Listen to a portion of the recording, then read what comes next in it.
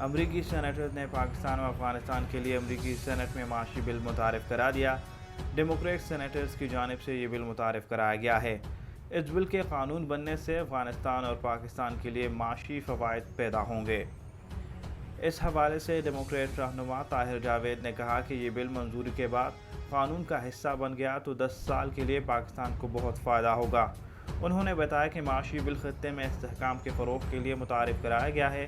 بل کے تحت پاک افغان سرحدی علاقوں میں تعمیری نو کے زون کا قیام ہوگا۔ طاہر جاوید نے بتایا کہ قانون سازی کے ذریعے ٹیکسٹائل کا سامان بغیر ڈیوٹی امریکہ بھجوایا جا سکے گا۔ اس بل کے بعد پاکستان کی امریکہ کے لیے ایکسپورٹ 10 گنا بڑھ سکتی ہے۔ انہوں نے بتایا کہ معاشی بل سینٹ کے امور خارجہ کمیٹی کے سامنے متعارف کرایا گیا۔